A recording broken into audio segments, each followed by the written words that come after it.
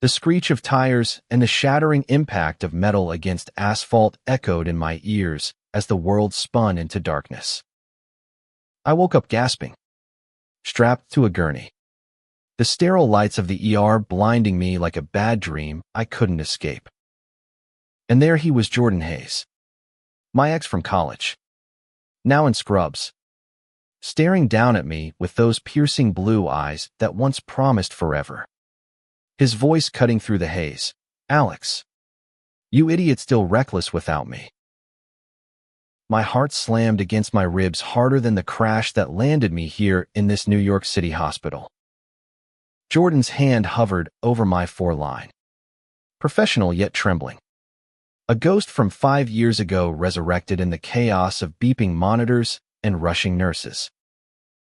I tried to laugh it off, but pain shot through my side, reminding me of the motorcycle wreck I'd just survived racing through rain-slicked streets after a fight with my latest fling, chasing adrenaline to forget the one who got away. "Easy there," Jordan murmured, his fingers brushing my arm as he checked my vitals. The touch sent sparks through me, memories flooding back like the Hudson River after a storm. We met freshman year at NYU. Two straight-laced guys rooming together by chance. I was the wild one. Parties every night. Skipping classes for thrills. Jordan, the golden boy star athlete. Pre-med, with a girlfriend back home and a future mapped out. But something shifted that first semester. Late-night talks turned intimate. Shared secrets peeled away layers. One drunken evening, after he confessed confusion about his feelings, I kissed him bold, unapologetic, and everything changed. He pulled away at first, eyes wide with shock. "Alex, what the hell?" But the next day, he sought me out, admitting the kiss had unlocked something buried deep. I didn't mean to turn him gay. Hell, I was figuring out my own bisexuality back then. But our connection ignited like wildfire, burning through inhibitions. We became inseparable, stolen moments in dorm rooms, weekend getaways to the Catskills, whispering dreams under city lights. Jordan blossomed, embracing his truth, but it terrified him. His family, conservative folks from upstate, would never understand. And me, I was too reckless, pushing boundaries, dragging him into my chaos. As the ER nurse adjusted my oxygen mask, Jordan's expression darkened. "Motorcycle accident. Speeding in the rain. You haven't changed a bit."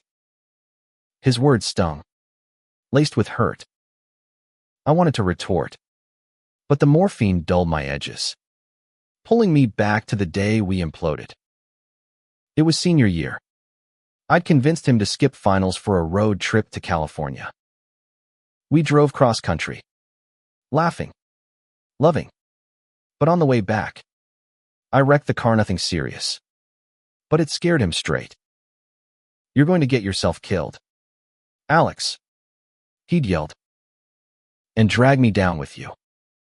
We broke up in a motel parking lot, tears mixing with desert dust.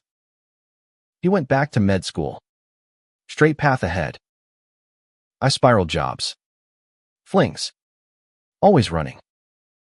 Now, here we were. "Why are you even here?" I croaked, voice hoarse from the tube they'd pulled out. Jordan sighed, glancing at my chart. "I'm the attending tonight." "Fate's a bitch." "Huh." He paused, then added softly, "Your ribs are cracked. Possible concussion. You'll live if you start listening." The way he said it, concern wrapped in frustration, cracked my defenses. Nurses bustled around us, but the world narrowed to just him and me. Hours blurred as tests came back. Jordan stuck around longer than necessary, updating me between patients.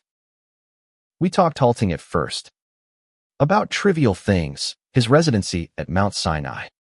My gig as a graphic designer in Brooklyn. But the undercurrent pulled us deeper. I never stopped thinking about you, he admitted during a quiet moment, sitting on the edge of my bed. After we split, I dated women. Tried to go back. But it was you, Alex. You showed me who I really am. Guilt twisted in my gut. I didn't mean to mess you up. He shook his head, a sad smile playing on his lips. You didn't mess me up, you freed me. But losing you, that nearly did. His hand found mine under the blanket. A secret touch in the public space.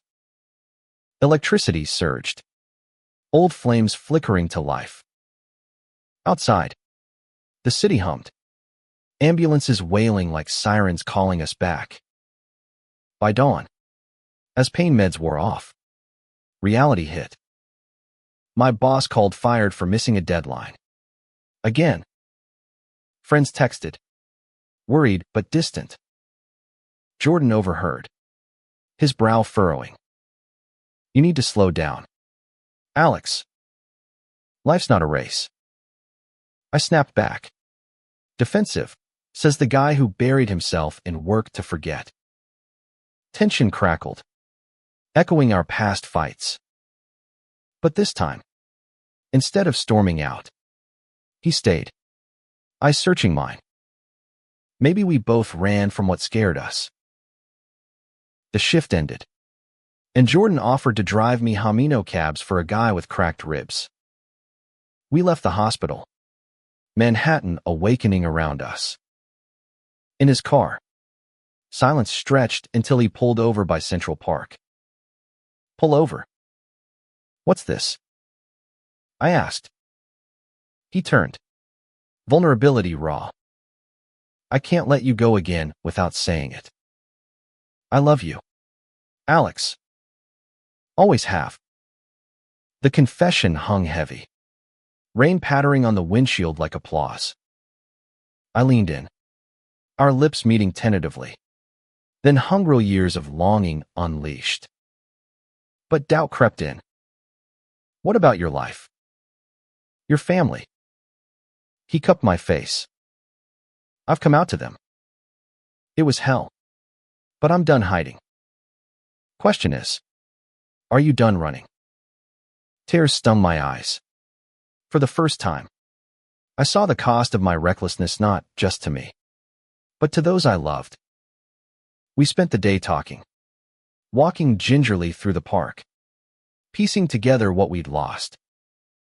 Jordan shared his struggles post-breakup, therapy, support groups, finding pride in his identity. I confessed my empty hookups, the void he'd left. By evening, back at my apartment, we made love slow, intentional, healing wounds with every touch. It wasn't just passion, it was redemption. But drama loomed. That night, my phone buzzed fling from the fight, drunk and angry, threatening to show up. Jordan tensed. See, this is what I meant. Panic rose. I couldn't lose him again. I blocked the number, vowing change. Help me, Jordan. Teach me to be steady. He nodded, pulling me close. Together. Then, weeks turned to months. Jordan moved in, our lives intertwining like the Brooklyn Bridge cables. I quit thrill-seeking, took up yoga, focused on career. He introduced me to his friends' queer community events, pride parades where we marched hand in hand. Challenges came, his parents' slow acceptance, my relapses into old habits. Once, I nearly bought another bike, but Jordan's quiet, still reckless, stopped me cold. One evening, at a rooftop party overlooking the skyline, tension peaked. An old college buddy cornered me, joking about how I'd turned Jordan.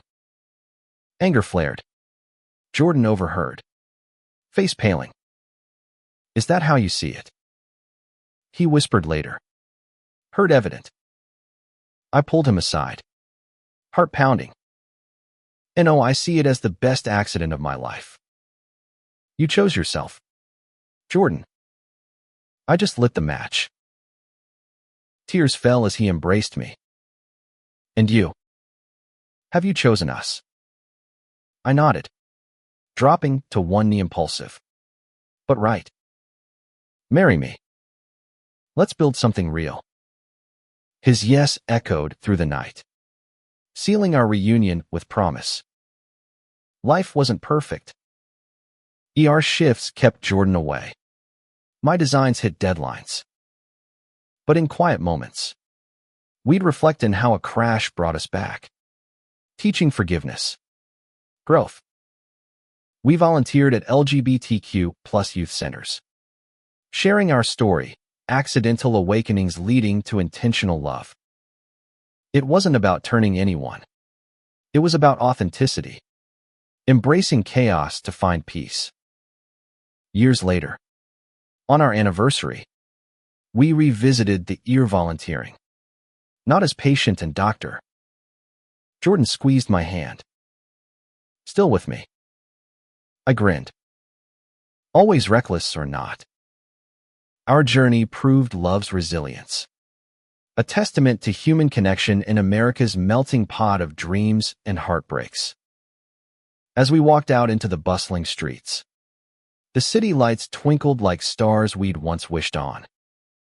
Our story, born from accident, bloomed into purpose, reminding us, and others, that second chances heal deepest wounds.